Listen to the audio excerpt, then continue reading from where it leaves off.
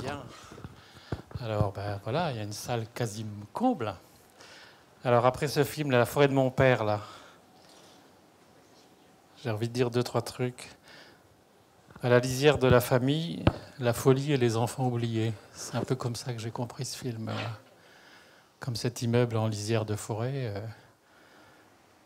La folie, elle est toujours à la lisière des espaces et la famille en est un des lieux privilégiés. La folie, c'est aussi cette part d'humanité au bord de laquelle chacun d'entre nous chemine au long de sa vie. Et là, tout à coup, dans ce film, Véro nous a montré comment la folie s'installe dans une famille comme ça.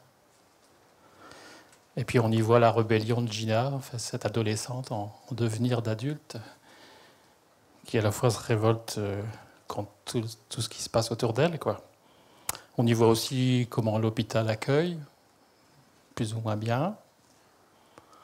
Et puis il y a la forêt, ce personnage important, qui est un peu aussi une métaphore du mystère, on pourrait dire, de la vie, quoi. Hein, on s'y perd des fois dans la forêt, on y songe. Hein, c'est la part un peu inconsciente de ce qui nous échappe parfois. Et puis dans la mythologie, le forestier, c'est l'étranger, c'est l'étrangeté aussi, c'est celui qui vient du dehors, quoi.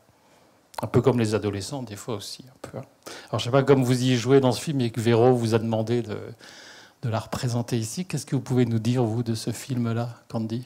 Déjà, je voulais vous remercier d'être venu pour voir ce chef-d'œuvre, cette dignité humaine que Véro Krasborn a voulu transmettre dans ce film.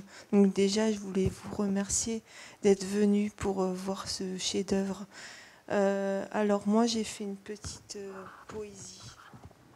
La forêt de mon père de Véro Krasborn est une lumière sur les âmes à travers une forêt dessinée par l'esprit, murmure à travers une ode de la nature d'un père. Donc c'est un acrostiche avec une ode. Et je suis heureuse en fait que ce film existe. C'est pour montrer que la différence est une force. Et à travers le film de Véro Krasborn, on voit une imagerie, une féerie qui démontre que quelqu'un qui, on pense qu'il est malade, en fait, c'est pas lui qui est malade, c'est la société. Ouais, c'est-à-dire, vous dites la société est malade? La Ouais, société ne comprend pas la différence. c'est ça. Elle se met pas à la place des autres. Euh, Moi-même, je suis en situation de handicap invisible. Et quand on est affronté à des regards qui sont parfois incompris, on doit montrer qui on est vraiment, et parfois les gens n'acceptent pas ce que l'on est nous, en fait. Donc c'est ce qu'elle veut Ouais, démontrer. ouais, tout à fait. Puis je pense que l'exercice est réussi, quoi. C'est-à-dire qu'elle montre qu'avec tout ce qui peut contribuer des dérives ou des déviances ou des différences, en fait, il y a toujours de l'humain quelque part, quoi. Et donc la part d'humanité, elle est toujours là, visible en même temps. Et je pense que le rôle qu'elle fait jouer à Gina en tant qu'adolescente, c'est un peu parce que c'est aussi une question qui est souvent peu traitée, et au cinéma et dans la littérature. Parfois, c'est la question de la place des enfants, c'est-à-dire comment des enfants vivent dans une famille, enfin comment ils perçoivent l'émergence d'une folie, on pourrait dire, ou de quelque chose d'une différence, et comment eux-mêmes vivent ça. Enfin, elle a réussi, je pense, à le montrer très bien, cette chose-là. Et ce qui est important aussi, c'est la force humaine qu'il y a dans ce film. Alors il y a beaucoup de personnes qui, qui, euh, qui, qui voient le film comme une ouverture vers la compréhension de la différence. Et je trouve que c'est formidable parce que on doit aller au-delà. Souvent, on a peur, et en fait, c'est nos propres peurs, et il faut aller vers les autres. Et il y a d'autres formes d'autres- on va dire, des choses qui nous permettent à nous de nous construire. Et elle le montre à travers son film. Alors, je ne sais pas si vous comprenez ce que je dis. Ouais, si, si. Bah, c'est-à-dire que moi, pour avoir échangé avec elle, par exemple, c'est vrai que en même temps, elle a réussi à faire un film sur la part d'humanité en chacun de nous, quelle que soit la manière dont on se présente au monde, si on dit ça comme ça, pour le dire un peu vite. Et puis en même temps, c'est pas un film sur la folie, au sens strict du terme. C'est pas un film sur la psychiatrie non plus, au sens dont on pourrait l'imaginer. C'est plus un film sur les humains, quoi. Enfin, leurs relations entre eux, les enfants dans une famille, le couple. Et on voit bien que, quand bien même ce monsieur a des comportements qui peuvent interroger à des moments donnés, en même temps, les membres de sa famille, c'est-à-dire sa femme, qui est la mère de ses enfants, les enfants eux-mêmes, voient en permanence ce père, quoi, à travers cet homme-là. Enfin, il n'y a pas de, même s'il y a il y a du chaos, il y a un peu de chamboulement dans la famille, mais en même temps, il reste à la fois leur père, il reste à la fois le mari, il reste à la fois le compagnon, enfin l'adulte en même temps. Enfin, elle a réussi, je pense, à montrer tout ça un petit peu en suggestion, quoi. Et c'est un bel exercice, je pense. Ouais. Et comment vous avez été associé à ce film, alors? En fait, je suis l'amie de Frédéric Alexandre, qui est le premier assistant réalisateur du film, et Philippe Gilbert, qui est le directeur de la photographie, qui a travaillé avec moi aussi dans le film Henri de Yolande Moreau, où je joue Rosette, une handicapée mentale, on l'appelle le papillon. Voilà. Donc j'étais associée, donc bon, j'ai pas un rôle, mais j'ai apparu parce que je trouve que c'est un beau film. Et j'adore Véro Krasborn parce que elle dévoile une partie de sa vie et je trouve que c'est un courage immense qu'elle a eu. Oui, tout à fait. Ouais. Elle me disait aussi que bon, elle a eu l'occasion de faire pas mal de débats à l'occasion de ce film, avec ce film comme support, notamment auprès de lycéens ou d'étudiants, et que à chaque fois ça réveille ou ça révèle des tas de questions chez ces jeunes gens là. Et puis elle me disait aussi que, comme elle est belge, Véro, comment dire, ce film-là maintenant fait partie de la formation obligatoire des enseignants, dans la formation initiale des enseignants, pour entraîner les enseignants à considérer les enfants, les adolescents qu'ils auront d'une autre façon, peut-être, par rapport à des faits qui peuvent se passer au sein de leur famille, quoi. Alors, je ne sais pas si on a quelques instants encore. Je n'ai pas de chronomètre. Oui, s'il y a une petite remarque ou une question dans la salle, parmi les spectateurs, si quelqu'un veut faire part d'une réflexion ou d'une question. Est-ce qu'il y a des mains qui se lèvent, si on peut aller vers vous? Ou est-ce que vous êtes resté Ne soyez pas timide quand même, parce que moi j'ai fait un voyage pour venir vous voir. Je viens du nord de la France, voilà. Après Paris, et je retourne chez moi. Candy a fait un long périple. Voilà. Alors, est-ce qu'il y a quelqu'un qui veut dire quelque chose? On a du mal à vous. Oui, là, voilà, il y a un monsieur. Alors, je sais pas s'il y a un micro qui peut s'approcher de vous ou pas. Ben, moi aussi. Vous pouvez parler à voix haute. Allez-y. Il n'y a pas un micro qui circule? Ah, ben voilà, mais il y avait ce monsieur-là. Ah, je ne voyais pas, Marie, je ne te voyais pas. Bah, d'accord. Écoute, le film, ça m'a plu. Et moi aussi, je suis malade. Ben, je suis malade chronique. Et maintenant, je suis mieux. On m'a bien aidé avant de toucher les gens. Maintenant, je me trouve mieux. Je me sens mieux dans ma peau. Voilà. Et le fait de voir ce film-là, ça vous... C'était important. C'est important, ouais. Ouais. D'accord. Donc vous allez mieux. Eh ben, c'est bien. Alors, ce monsieur-là, qui était au milieu... Je vois pas, moi.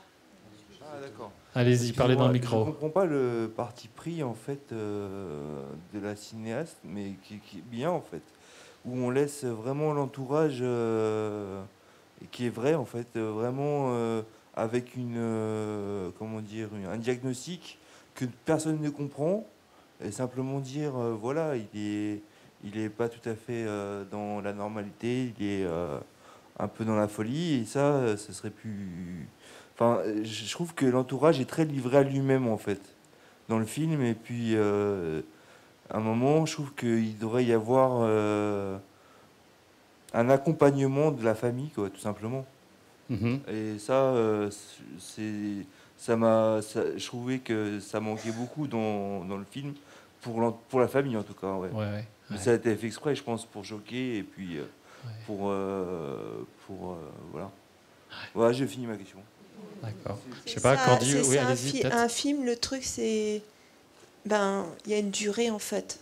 On est obligé, en fait, de se limiter. C'est vrai que ça mérite une série. Donc, s'il y a des producteurs qui voulaient aider Véro, ça pourrait faire une série. Voilà, mais en fait, on est limité aussi dans un scénario. Ben, moi, je suis actrice, donc j'ai l'habitude. Souvent, qu'on fait plein de prises, ben, parfois, il y a un tout petit peu. Oui, mais en même temps, je pense que, comme dit le monsieur, je pense que le parti pris de Véro, ça a été de montrer qu'effectivement, la famille, les enfants sont un petit peu laissés de côté. Enfin, on voit bien les quelques séquences qui se passent à l'hôpital auprès des médecins ou des infirmiers. On voit bien que ce qui compte, c'est la personne qui est là, quoi, en fait. Oui, parce que c'est l'histoire de son père qu'elle voulait. Voilà, c'est ça. En fait, c'est pour ça. Ouais, c'était accentué sur lui. Voilà, c'est un film qui s'inspire de son histoire personnelle à Véro. Hein, donc, et puis en même temps, la réalité psychiatrique, j'ai envie de dire, fait que effectivement la question de la famille, des enfants, c'est dans beaucoup de cas quand même, c'est pas la préoccupation première. Enfin, il y a des équipes qui travaillent beaucoup en prenant en considération la famille comme élément du soin, j'ai envie de dire. Et puis il y a, disons, un certain nombre d'endroits où la famille, elle est au second plan pour plein de raisons, hein, mais c'est pas faux non plus, quoi. Mais je pense que c'est un choix qu'elle a fait, Véro, de montrer aussi cette... Là, c'est presque caricatural. La famille, elle est complètement exclue du processus de soins, quoi. Oui, enfin, elle est à côté, effectivement. Ouais, elle n'est pas du tout associée, ouais, c'est ça. Ouais. Alors, comment ? Oui, tout à fait.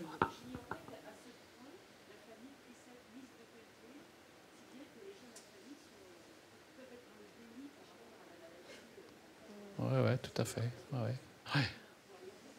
Alors après, il faut relativiser, hein, selon les endroits, les équipes, les services. Effectivement, il y a un petit peu de tout dans le paysage, mais enfin, quand même, c'est vrai que, j'ai envie de dire, de prendre en considération d'entrée de jeu, j'ai envie de dire, la famille comme partenaire du soin, si on dit ça comme ça, ou comme, disons, des personnes à qui il faut aussi s'adresser, et a fortiori quand il s'agit d'adolescents ou d'enfants, par exemple. Hein, c'est vrai qu'on sait bien ça. C'est pour ça que c'est intéressant que les enseignants soient sensibilisés à ça aussi. C'est-à-dire que combien d'enfants, j'ai envie de dire, ou d'adolescents grandissent, j'ai envie de dire, avec de la pathologie dans la famille ou des différences ou des choses parfois difficiles à vivre. Et puis en même temps, ils ont leur vie d'adolescent, d'enfant. Ils vont à l'école tous les jours, ils ont leurs copains. C'est vrai que quand on voit une jeune fille comme Gina aux portes dans l'adolescence, avec ce jeune homme qu'elle voit en amoureux, qui va justement être une épaule sécurisante. En même temps, on se dit comment cette adolescente-là, allant au collège ou au lycée tous les jours, en vivant dans sa famille ce qu'elle vit, il faut y aller, quoi. Enfin, c'est pas. Donc voilà, c'est un peu aussi une dimension du film, c'est la dimension des enfants là-dedans, enfin les enfants un peu oubliés dans l'affaire, quoi. Voilà. Et en fait, moi, perso, tout ce que le film, j'ai pleuré beaucoup parce que. En fait, moi aussi, avec ma différence, j'ai été rejetée par les autres, surtout les enfants, tout ça. Et je me suis, grâce à l'art, en fait, au fait que tout ça, ça m'a aidée. Et moi, je lui dis merci parce que au moins les gens qui le voient, ils s'interrogent et se disent, mais oui, une personne qui atteint de cette pathologie, on doit la guérir et pas juste lui donner des médicaments. Par exemple, il y a la sophrologie, l'hypnose. Ça devrait être pris en charge par la sécurité sociale pour moi. Parce que ça, c'est une vraie... c'est pour aider les gens, en fait. Il ne faut pas donner des béquilles aux gens, il faut les aider et les guérir des blessures, en fait. Alors, pour peut-être conclure un peu cet échange-là... Comme vous avez évoqué ça, vous êtes aussi une artiste, vous ? Oui, je suis actrice et artiste incasable, inclassable et incodable, mais je suis hyper casable dans les rôles qu'on me donne, voilà. Et j'ai écrit un livre qui s'appelle L'Arche de Miss Ming. Donc c'est un conte avec mes filles. Donc la faune et la flore sont très importantes à mes yeux. Et à travers ce livre, je montre les animaux avec les noms scientifiques. Et je fais beaucoup de choses dans ma vie. Et j'espère, moi, réaliser un film qu'un producteur me donne la chance pour réaliser. Et aussi continuer d'avoir des rôles dans le cinéma. Donc, avis aux réalisateurs qui sont là. et ceux qui me donnent des rôles, ils ont un tableau s'ils ne me coupent pas au montage. Voilà. C'est la manière de passer le contrat, c'est ça. Ouais, et hein je peux terminer avec une chanson que j'ai écrite. Ah bah, allez-y, allez. Allons-y pour une chanson. Dans la forêt de mon père, il y a mes sœurs et mes frères. Dans la forêt de mon père, il y a le regard de ma mère. À travers les arbres, à travers les racines, on se voit, on s'imagine. Derrière ce miroir de la société, nous sommes dans une grande sensibilité. Voilà. Bravo, merci beaucoup. Et c'est en improvisation. Voilà, improvisation de l'artiste. Bravo, merci beaucoup Candy. Merci d'être venu soutenir ce film de Vero Cracksburn.